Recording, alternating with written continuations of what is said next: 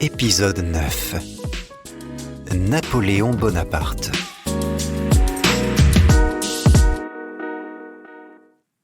Napoléon Bonaparte est né le 15 août 1769 en Corse, dans une famille noble, mais relativement modeste, et vous allez voir que tout est allé très vite dans sa vie. En 1779, à l'âge de 9 ans, Napoléon est envoyé sur le continent avec son frère Joseph pour faire ses études et en 1784, il entre à l'école royale militaire à Paris, située en face du Champ de Mars. Ce parc connu aujourd'hui pour abriter l'emblématique Tour Eiffel était à cette époque utilisé comme champ de manœuvre militaire. Pour information, cette école existe toujours et forme les officiers de l'armée française.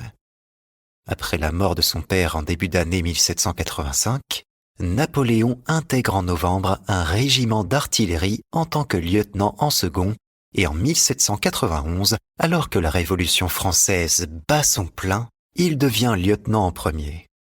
La Révolution s'emballe et les puissances européennes deviennent hostiles à la France républicaine, qui se retrouve en guerre contre les monarchies européennes pour une période qui durera plus de 2 décennies.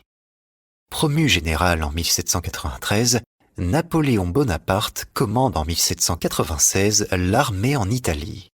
Sa capacité à motiver ses soldats et son étude scrupuleuse des champs de bataille contribuent à son succès lors de la première campagne d'Italie de 1796 à 1797. En 1798, il est missionné en Égypte pour freiner les ambitions commerciales des Anglais et des scientifiques accompagnent l'armée afin de découvrir l'Égypte et ses richesses. Il rentre à Paris l'année suivante et renverse le gouvernement français lors du coup d'État du 9 novembre 1799, mettant fin à la Révolution française.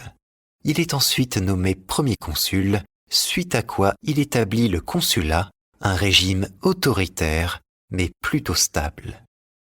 En 1802, en signant la paix avec les Anglais, Napoléon récupère des colonies où l'esclavage subsiste.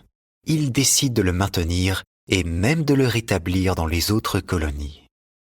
En 1804, il s'auto-proclame premier empereur des Français sous le nom de Napoléon Ier, ce qui marque le début de l'Empire français. Napoléon mène ensuite une série d'offensives ambitieuses à travers l'Europe et agrandit l'Empire en remportant de nombreuses victoires, notamment à Austerlitz ou Iéna. Il établit en parallèle le Code civil, un système juridique révolutionnaire qui a influencé les législations modernes. Cependant, son empire s'effondre progressivement au lendemain de la désastreuse campagne de Russie en 1812 et en 1814, la France est envahie. Napoléon abdique et est exilé sur l'île d'Elbe près de la Corse.